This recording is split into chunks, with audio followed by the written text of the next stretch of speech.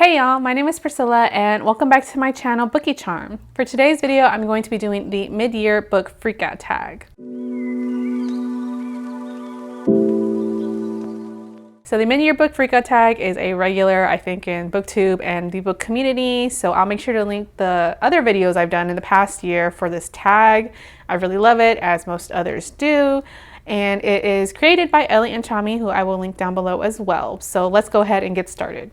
The first question is the best book that you've read so far in the year 2020. Best and probably earliest that I've read that I will mention in this tag is In the Dreamhouse by Carmen Maria Machado. This is a nonfiction memoir from a queer Latinx Cuban American woman about the abuse and toxicity that existed in her queer relationship with an ex, with another woman. I have done a full review of this book, so I'll make sure to link that for you in the cards above if you'd like to hear more of my detailed thoughts. But I thought that this was just such an exquisitely written memoir about queer relationships, about all the evils and different turns and reiterations that toxic queer relationships can look like in everyday life, in media and culture. And she uses the Dreamhouse as a metaphor and an investigative tool to explore many themes in queer relationships, queer characters, queer stories. And I think this is a much needed archive for stories like that that doesn't exist. And I absolutely loved it. I highly recommend it. Next up is the best sequel that you've read so far in the year 2020. I mean, I think at this point it goes without saying that A Mixture of Mischief by Ana Mariano is the best sequel, best series that I've read this year so far. So A Mixture of Mischief for what it's worth if you haven't heard me or seen me hold this book up yet before. However, for a bit of variety, I will mention Dead Voices by Catherine Arden, which is the sequel to Small Spaces in the Small Spaces series. This is a middle grade fantasy about a group of kids that have these paranormal, supernatural encounters and how they're gonna solve these crimes in their, within their homes, within their adventures. And I absolutely love it. And each of the stories takes place at a quarterly season, a different season. Small Spaces took place in the fall with these creepy scarecrows, and Dead Voices takes place in the winter at a ski lodge with some creepy ghosts. So I'm really excited where Catherine Arden is going to take this series in the spring, and it just has a lot of things that I love about middle grade. Great friendships, strong bonds with parents, exploring trauma and children face, and the many different insecurities that children have along with their parents, and it's beautiful, and I really enjoyed it. Question 3 is a new release that you haven't read yet but want to, and there are so many new releases that I want to read and haven't yet, as usual. But I think I'll mention one that I actually have received recently. My mom actually bought Stamped: Racism, Anti-Racism in You by Jason Reynolds and Ibram X. Kendi off my Amazon wish list, so shout out to my mom because you're the greatest.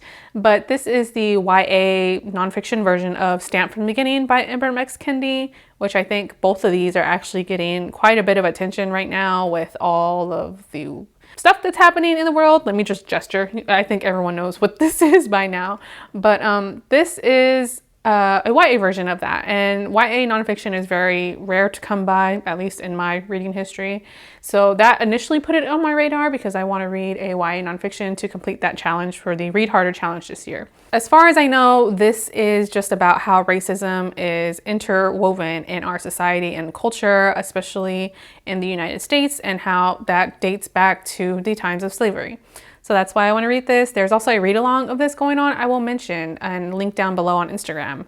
Happening right now. Probably won't join that in this time because I have too many things on my plate right now, but Stamped. The next question is the most anticipated release for the second half of the year. For me, that's going to be The Death of Vivek Ojai by Akwaeke Emeze. Akwaeke Emeze is an author that I just really love, quickly rising the ranks as one of my favorite authors with everything that they write and put out these days. I read last year Pet and Freshwater, which both completely different, but both completely blew me away. I think that they are doing some amazing work and that they are constantly raising the bar and challenging themselves and writing different genres. I know that they're also working on a romance book according to their tweets. So just really excited to read more of their work this year. Question number 5 is the biggest disappointment. And oh boy, okay, so I have thought about this, and the more and more I think about this book, the more I'm disappointed by it. And I think that I was very kind in my review on Goodreads, so I will probably, I don't know, rank it a little bit lower. But The Test by Sylvan Novelle is a novella that I read for the Booktube SFF Awards. It was less than 100 pages, so I think that's why a lot of people haven't really talked about at least the plot details of this book, because so much happens in that 100 pages and it's really hard to get into it without giving away spoilers. So there may be spoilers in this depending on how you define spoilers, but it just does not sit well with me knowing that a white man wrote this story that exploits and manipulates the reader into understanding morality and humanity while putting on full display the trauma of an immigrant and the brutality that immigrants face. And yeah, I've read other Sylvan Novelle's works. I feel like if I reread them today, I might see them a little bit differently, but that's why I was so kind in that review, because I knew what they were trying to do, what he was trying to do, but I didn't like the way he went about it. And that's all I'm going to say about that book.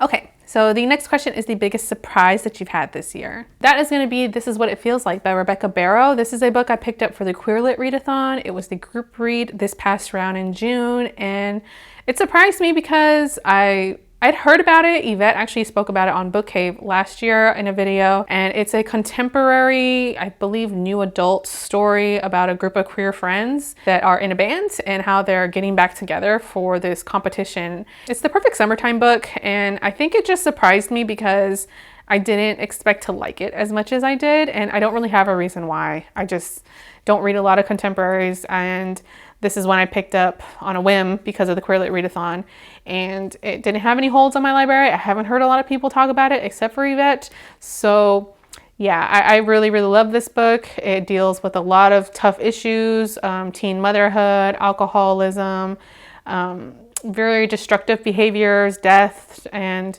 I think that it does it really well, and I really love seeing a bunch of women, a friendship and queer friends come together and kind of work through those issues, and it has a really lighthearted feeling to it at the same time. So all those things made it very surprising for me, and really, really enjoy it. So the next question is for your favorite new author, and this can be debut or new to you. For me, that's going to be R.F. Kuang, because I really love The Poppy War, which I read this year during the Asian Readathon. And they are new to me because I finally got to The Poppy War, and I really loved that first book in the series. And I'm currently reading The Dragon Republic with my friend Cynthia over at Book Whimsy. And R.F. Kuang is doing some really great things in high fantasy right now. I followed her on Twitter, and she really talks about a lot of things in publication and her work in progress, which is the finale to The Poppy War coming out later this year. Like how the covers of her book don't have Rin, the main character, portrayed as a dark brown girl that has dark brown skin, because she is explicitly described as that in the book, but for some reason doesn't have that cover except on the Indonesian version.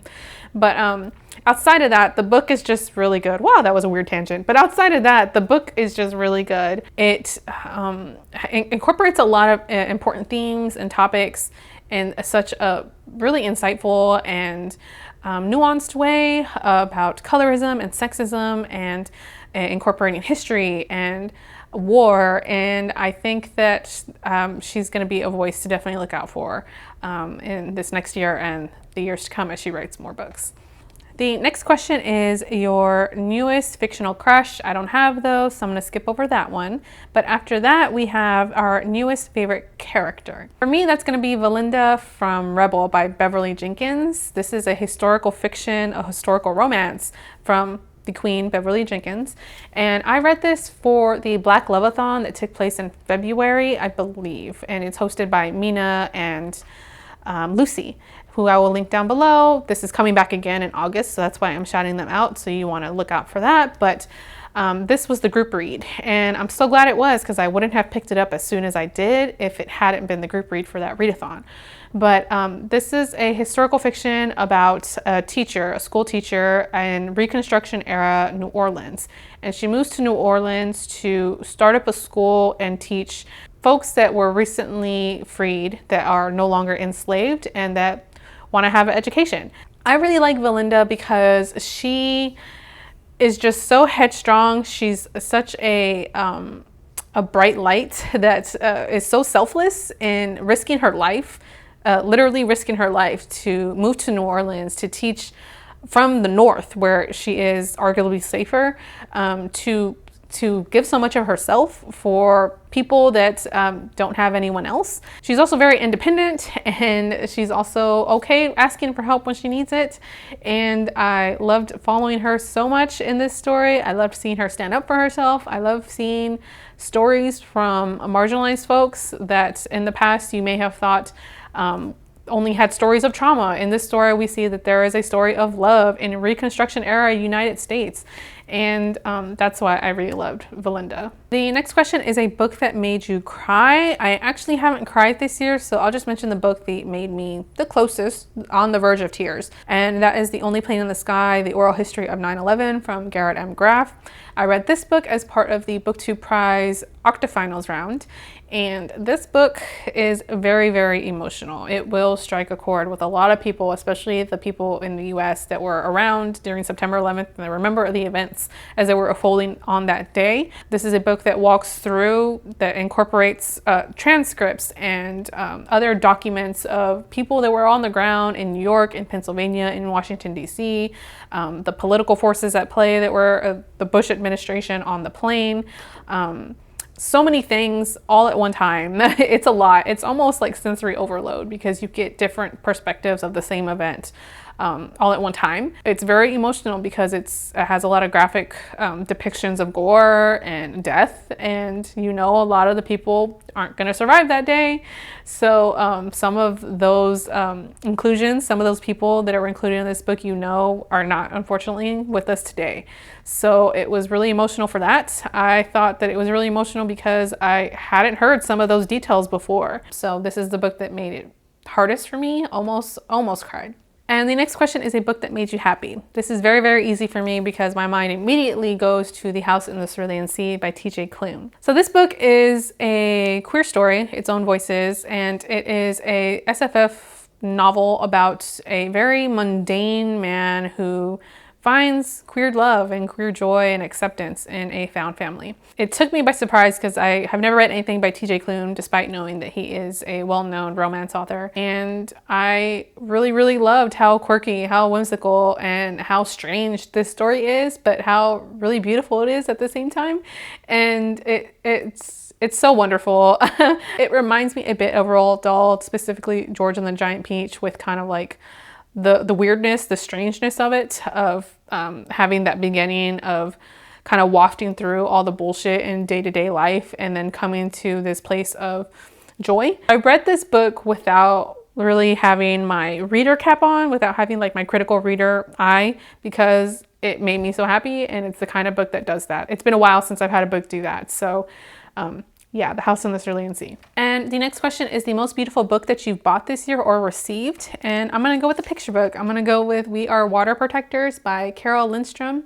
And this is on Voices for the Indigenous Representation. This is a picture book that is inspired by the Indigenous resistance and movement against things like the Dakota Access Pipeline and other exploitative means for water. Water is needed for life, and how indigeneity is tied to water and this life force. So I haven't actually read this book yet, but I'm saving it for like a rainy day when I need something to like uplift my spirits. And the illustrations are really, really beautiful in this, and I will show you one because I don't want to spoil it for myself. But yeah, just really beautiful book. And the last question is, what books do you need to read by the end of this year? Whew, that is a lot of books that I need to read by the end of this year. I actually left this question blank in my notes because it would be a list and I didn't feel like doing that to myself. So I'll just mention 3 because I like 3s.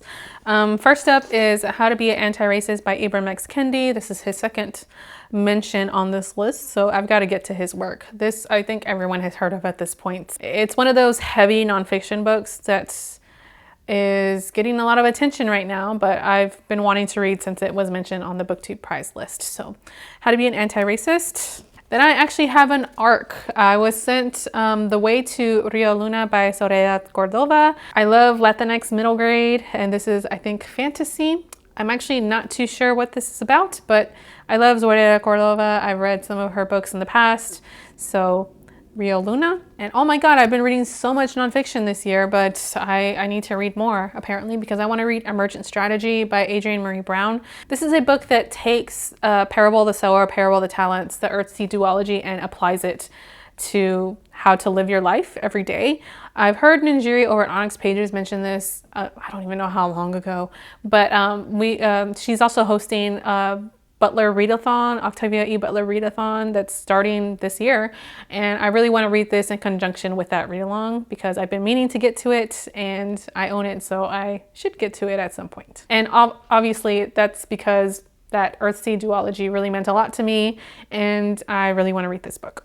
Okay, y'all, so that is my entire tag for the mid-year book freakout tag. I'm also going to be continuing to leak Black Lives Matter resources and links and funds and petitions that you can sign in the description box below. That's going to be there until the unforeseeable future. I will also say that it's a really challenging time right now for a lot of folks. So wherever you are, mentally, physically, spiritually, I hope that you're well, and I hope that you're taking care of yourself, and you matter. So that's all that I have for today's video. Thank you so much for watching, and I hope to catch you in the next one. Bye.